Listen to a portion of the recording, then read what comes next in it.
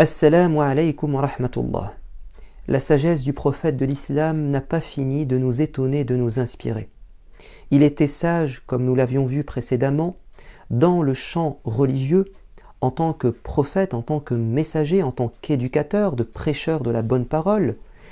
Et aujourd'hui, nous allons découvrir un autre pan de sa sagesse dans un domaine différent, celui politique du champ sociétal, de la gestion des affaires des gens. Il était prophète et en même temps, à Médine, en l'an 1 de l'Hégire, après s'être sauvé de la Mecque pour trouver refuge à Médine, en l'an 1 de l'Hégire, il a été, et c'est une nouvelle page dans sa vie, il a été chef politique. Voyons voir comment Mohammed, alayhi salatu wassalam, en tant que chef politique, était sage. D'abord, il avait un projet clair, des ambitions et des objectifs très nobles, en tant que chef d'État. Il les a annoncés, ces objectifs, ou il a annoncé ce projet, dans son discours inaugural, l'équivalent d'un discours présidentiel aujourd'hui, lorsque il va s'adresser à toute la communauté de Médine en arrivant. Ce discours, il nous a été rapporté par un homme qui, à ce moment, n'était pas encore musulman, c'était un rabbin juif, du nom de Hussein ibn Salam, il prendra le nom plus tard de Abdullah ibn Salam. Cet homme nous dit, j'ai été curieux de savoir qui était cet homme qui allait commander la ville et la cité dans laquelle j'habitais. Et quand je l'ai aperçu, j'ai tout de suite remarqué que son visage inspirait confiance. Ce n'était pas le visage d'un homme menteur, d'un homme mauvais. Bonne impression donc par son apparence. Voyons maintenant son discours, s'il est dans le même sillage. Il dit, il a commencé ainsi ses propos. « Ô vous les hommes !» Il s'adresse à tout le monde. « Répandez la paix autour de vous. » As-salam, c'est la paix, mais c'est aussi la salutation. Et vous savez que la salutation à la manière musulmane, c'est de souhaiter la paix. Assalamu alaykum, que la paix soit avec vous. Répandez la paix autour de vous, mais aussi, il a dit, nourrissez les affamés. Raffermissez vos liens de parenté, priez pendant que les gens dorment, ainsi vous entrerez au paradis. Voilà son projet de paix dans la société, répandre la paix autour de soi, la paix sociale, mais aussi la paix dans le domaine de la solidarité, on va appeler ça la charité, penser aux plus faibles, la paix dans la famille, et aussi la paix intérieure, ou la spiritualité, prier la nuit pendant que les gens dorment, ainsi on pourra espérer entrer au paradis. Alors, certains pourraient prétendre que c'est un beau discours, comme ceux des hommes politiques ont l'habitude de faire, mais est-ce que cela va être suivi par des mesures concrètes? Est-ce que ce projet théorique va se concrétiser dans la réalité sociale? Oui, et ce qui le prouve, c'est qu'il va immédiatement, et c'est le côté juridique de la chose et pratique, c'est qu'il va donner à ce projet de société une forme juridique, c'est la constitution de Médine, la première du type dans l'histoire. Une constitution en bonne uniforme où tout le monde est pris en compte, autant les musulmans que les non-musulmans, avec un véritable pacte citoyen de fraternité humaine et religieuse, avec de la liberté, de l'égalité, de la fraternité. De la liberté parce que dans ce pacte, il prône la liberté de conscience, de culte et d'expression pour tous. En disant, les musulmans ont leur religion, les juifs ont leur religion. Donc, chacun a ses propres convictions et voire même une autonomie au niveau juridique. On ne va pas appliquer sur eux, les juifs ou les non-musulmans, la loi musulmane, dans ce qui relève des spécificités des musulmans. Donc l'idée que la charia s'applique et s'impose à tous dans un État musulman, c'est un stéréotype, c'est une idée reçue. On n'impose pas ce qui relève de la foi musulmane à ceux qui ne la reconnaissent pas. En revanche, bien évidemment, il y a des lois communes pour gérer la société. Notamment celle-ci, c'est la fraternité et la solidarité mutuelle. Ainsi, dans cette charte, il est dit que les musulmans sont aux côtés des juifs et que s'il y a une agression de l'une des deux communautés, l'autre devait se montrer solidaire. Et qu'on devait tous défendre la cité de Médine en cas d'agression extérieure. Et puis enfin, il y a également, donc nous avons dit la liberté, la fraternité, une égalité aussi devant la loi. Donc voilà, nous avons une preuve de sagesse politique de la part du prophète Muhammad alayhi salatu wassalam. Ça va même plus loin, c'est que le prophète va même prôner un projet pour la région, celui de la paix.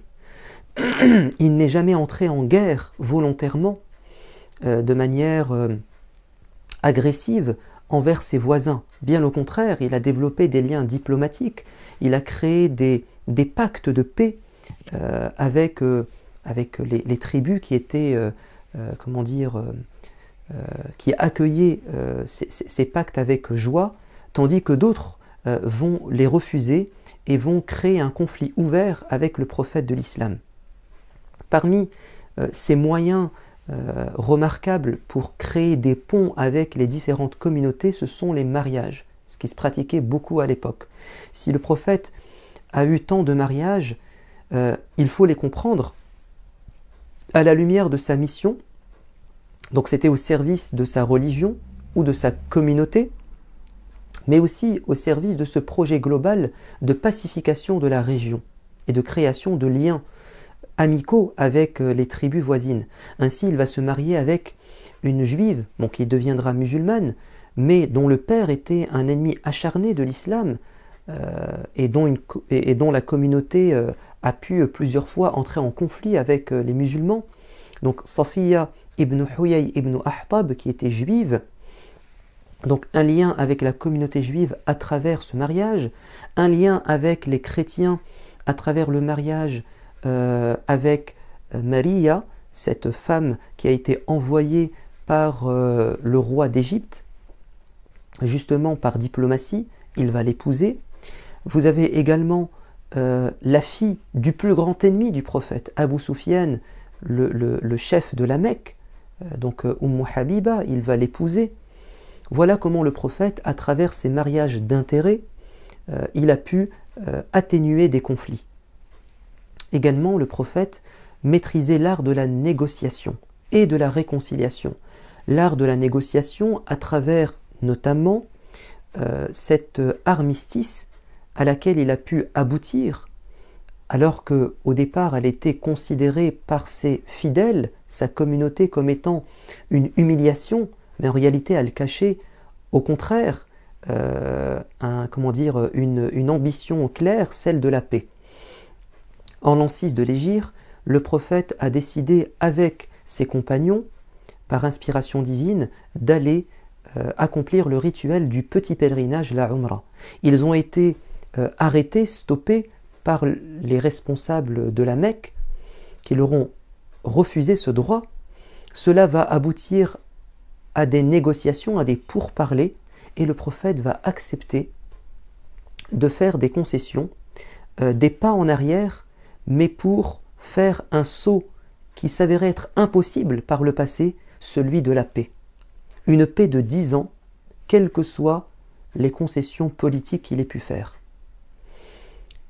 Et cela a été reconnu par Dieu comme étant une grande victoire, alors qu'au départ c'était une humiliation aux yeux des musulmans. Mais ils vont comprendre très vite la sagesse du prophète dans l'acceptation de ses concessions et non ses compromissions au service de la paix. Également l'art de la négociation, l'art de la réconciliation plutôt, à travers l'armistice qui a été promu par le prophète ou proclamé en l'an 8 de l'Hégire, lorsqu'il entre victorieux à la Mecque et qu'il dit à tous ses anciens ennemis, vous êtes libres, je vous ai pardonné. Donc le prophète était un homme sage dans la politique. Mais attention, il restait un homme. Et en tant qu'homme, il connaissait ses limites. Autant il était parfait, irréprochable dans le domaine religieux, parce que c'était sa mission principale et parce que Dieu était là pour le corriger, pour le protéger, parce qu'il l'utilisait à cette fin, mais dans le domaine des affaires sociales, de la politique, il était sage mais pas parfait.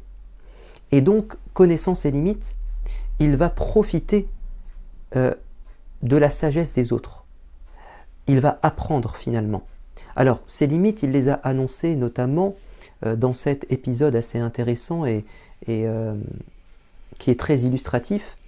Il passe un jour devant des paysans médinois qui sont en train de recourir à une méthode qu'ils ne connaissaient pas dans la fécondation des plantes et des arbres. Ces gens étaient en train de féconder de manière artificielle, manuelle, les palmiers. Ils ne savaient pas que cela était possible. Ils pensaient que ça se faisait de manière naturelle. Alors, il va leur dire, mais pourquoi vous faites cela? Non, c'est pas quelque chose de nécessaire. Les gens vont l'écouter, et l'année suivante, les palmiers ne vont pas donner la récolte habituelle, abondante, parce qu'il n'y a pas eu cette fécondation de manière artificielle. Et quand le prophète va l'apprendre, il va leur dire, mais attendez, ce que je vous avais dit 1 an plus tôt, c'était mon opinion personnelle. C'est pas Dieu qui m'a dit de vous dire ça. Je ne vous ai pas dit que c'était la vérité révélée.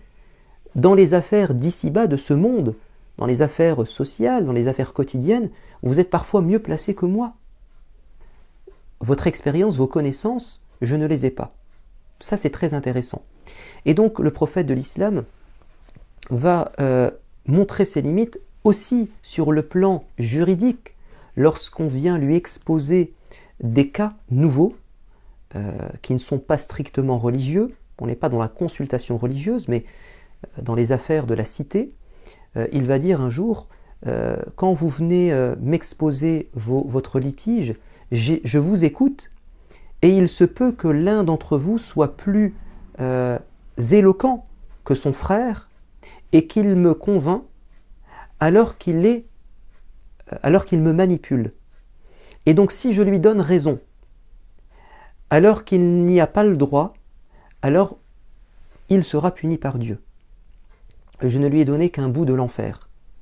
Donc quand je prononce une décision judiciaire après délibération, ce n'est pas une révélation de Dieu, c'est mon point de vue, et donc je peux me tromper, voire même être manipulé par l'éloquence et la rhétorique de l'un d'entre vous.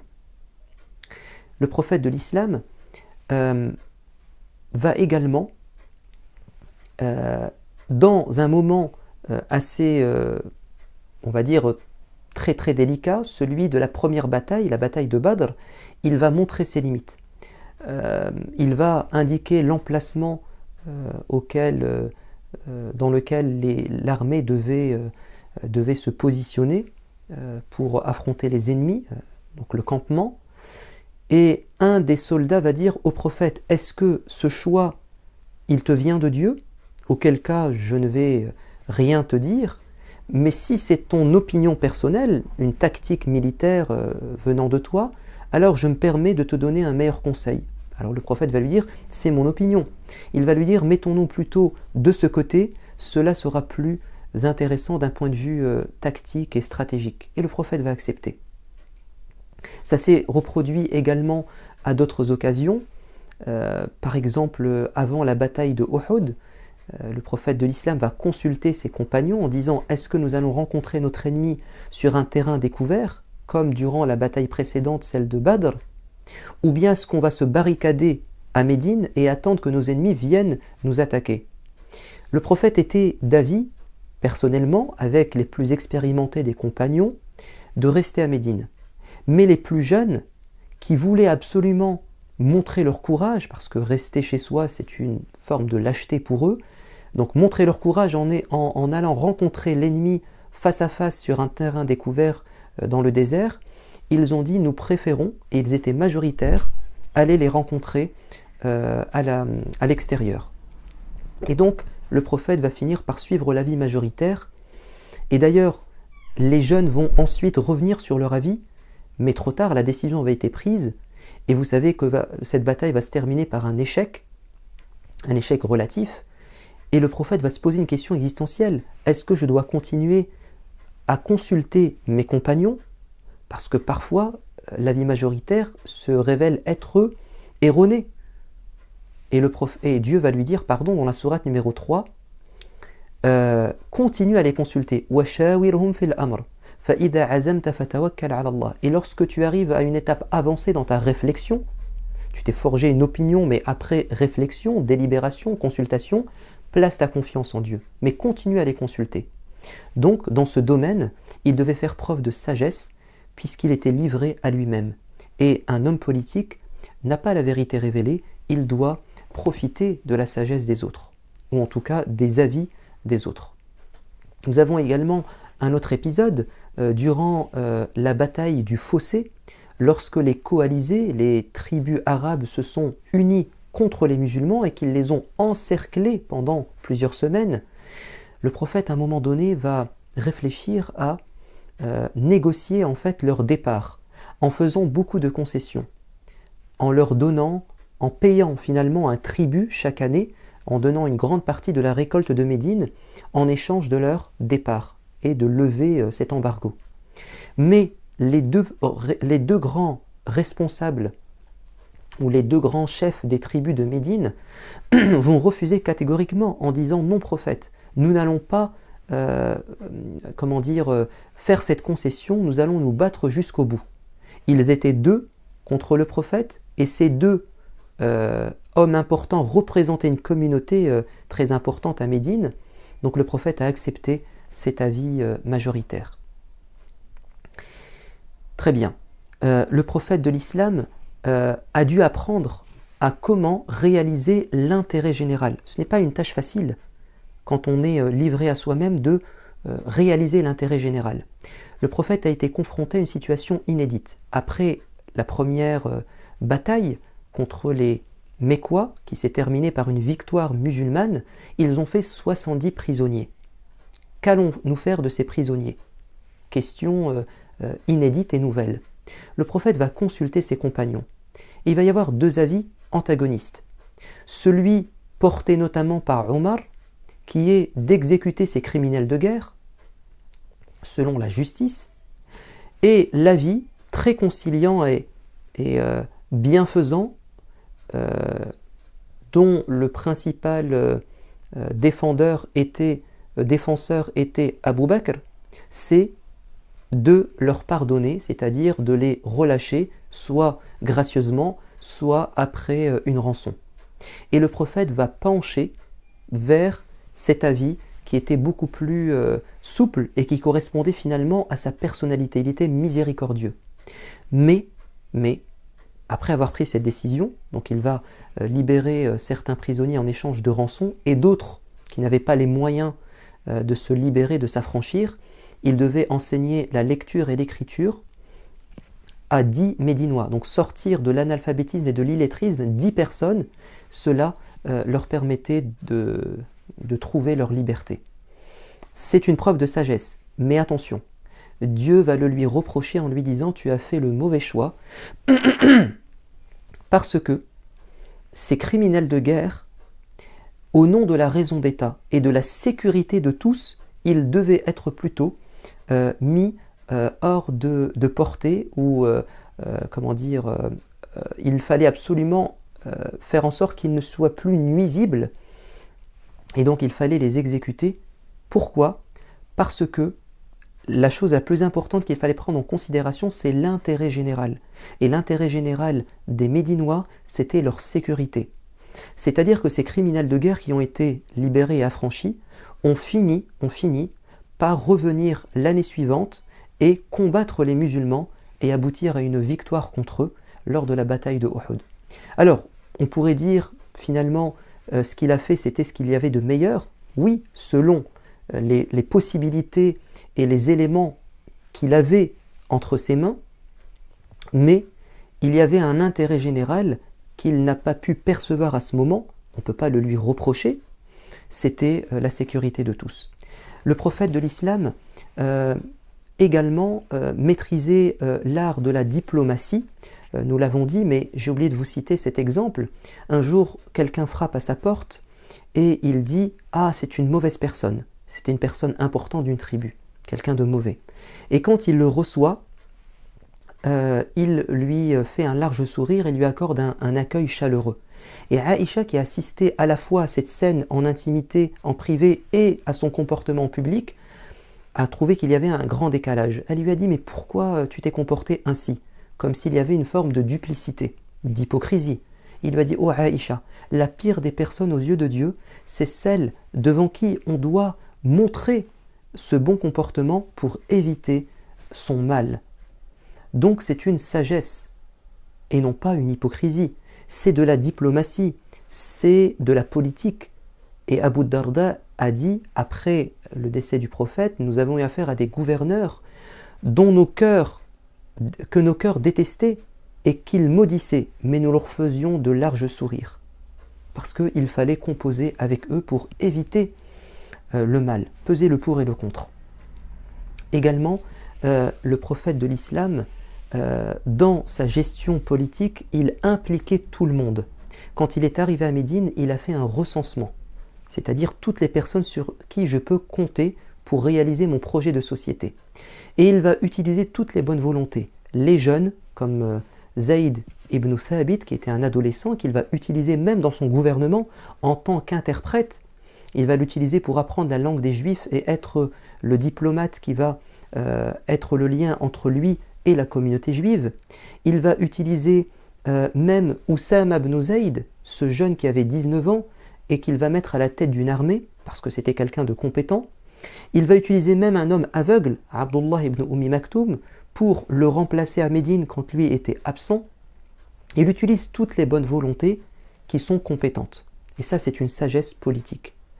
Mais, quand on avait affaire à une personne bien intentionnée mais qui n'était pas à la hauteur, il lui disait « Je suis désolé, mais je ne peux pas t'utiliser. » Et ça, c'est une preuve de sagesse. Par exemple, Abu Dharr a dit « Ya Rasulallah, utilise-moi pour une fonction politique. » Et il lui a dit « Écoute, tu es quelqu'un de faible. Je ne peux pas t'utiliser, tu n'es pas assez compétent. » Et cette fonction est une responsabilité. Et elle pourra être un objet de remords et une humiliation le jour de la résurrection si tu ne la mérites pas et que tu n'es pas à la hauteur. Voilà. Donc le prophète était extrêmement sage dans sa gestion de la cité en tant qu'homme politique. Que Dieu lui fasse miséricorde et qu'il nous permette d'acquérir cette sagesse. Wassalamu alaikum wa rahmatullah.